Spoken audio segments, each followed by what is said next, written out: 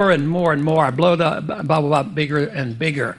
So now, since we are the recipients of benefits of being able to issue the reserve currency of the world, all this paper manufacturing and issuing of paper has been a worldwide event. So this bubble is, I don't think it's overstating the point that this bubble is the biggest of all history. And there's been a greater trust placed in us, the American system, the paper money, our Federal Reserve, our great wealth, and unfortunately our great military, because military can convey confidence in a currency. You know, if there's a war going on and one country's beating the other country, their currency goes up with a victory.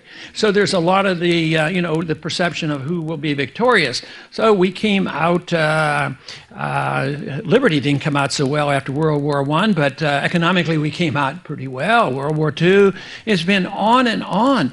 So we've had this tremendous bubble build, and even in the old days they had inflation, but it was regional. It was never so universal and so worldwide. I sense in Congress today that the members of Congress are very, very worried and frightened. But lo and behold, you know, they give $350 billion to Treasury, and it didn't seem to solve the problem. Markets haven't improved any. So they said, well, where'd the money go? Oh, well, we don't know where it went. Why would you ask us a question like that?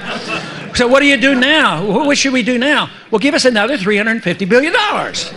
And what did the Congress do? I mean, last week we had two bills we debated related to the TARP funds, and the money, the rubber stamp was put there, so the new administration will get that $350 billion. But obviously, the spending and the borrowing and the inflating that created our problem is the only tool that they have left.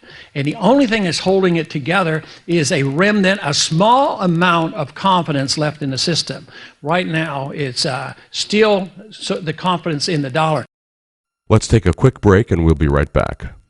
Does civil disobedience really get you excited? Go to freestateproject.org, get signed up, move to New Hampshire, get involved with the next wave of liberty activism, and be the next Rosa Parks. The Free State Project is your best chance for liberty in your lifetime. freestateproject.org. I am reminded about, and a few of you in this room must, I'm sure, remember, in the 1970s, John Exter, who had some experience in central banking, he had this neat graph or demonstration where he had an inverted pyramid.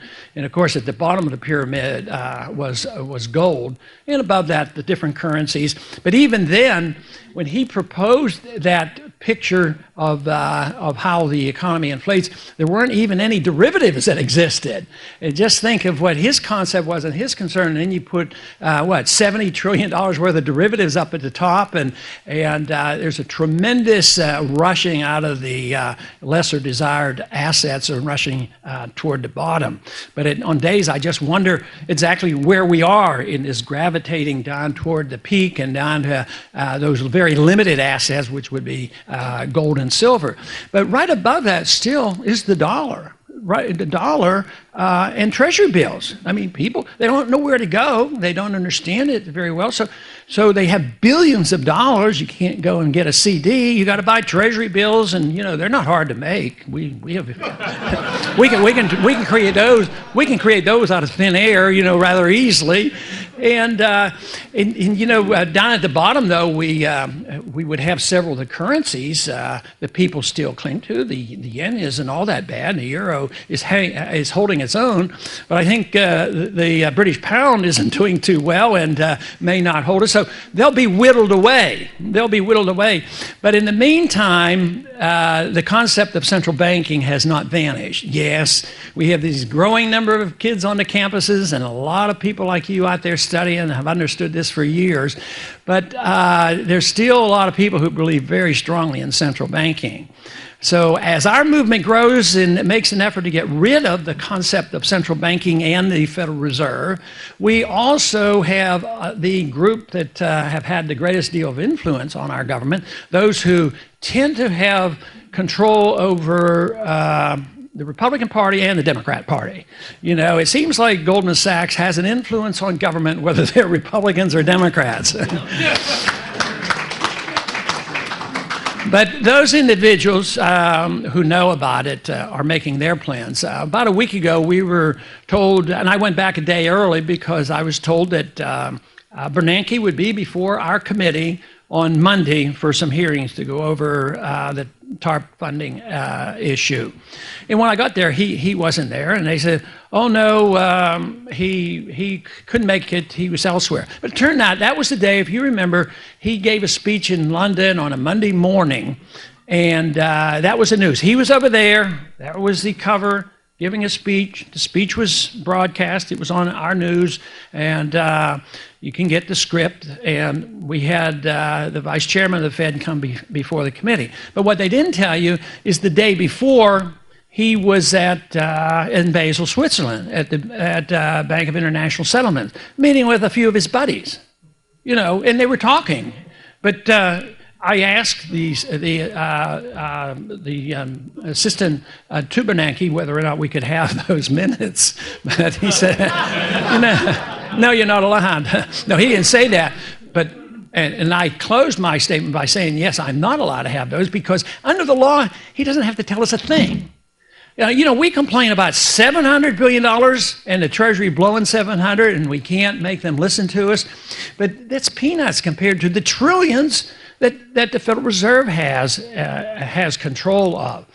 But they know by now that this system is not viable. The way I see it in my mind is that the very weak system that came out of Bretton Woods was the fiat dollar standard. And it's lasted up until now. And it built a financial pyramid of debt, and it's worldwide. And that system has come to end because it quits functioning. I mean, everything is collapsing and closing down, and production is going down, and all the things that we are witnessing. But the dollar is still existing. But they're still trying to revitalize what built the big bubble. And of course, that is the creation of money and the creation of credit. But the one thing they don't have any control over is the restoration of confidence. Since the world has lost confidence in the dollar system, the only thing the politicians and the bankers have is to keep doing the same thing that gave us all the trouble, and that is print, print, print.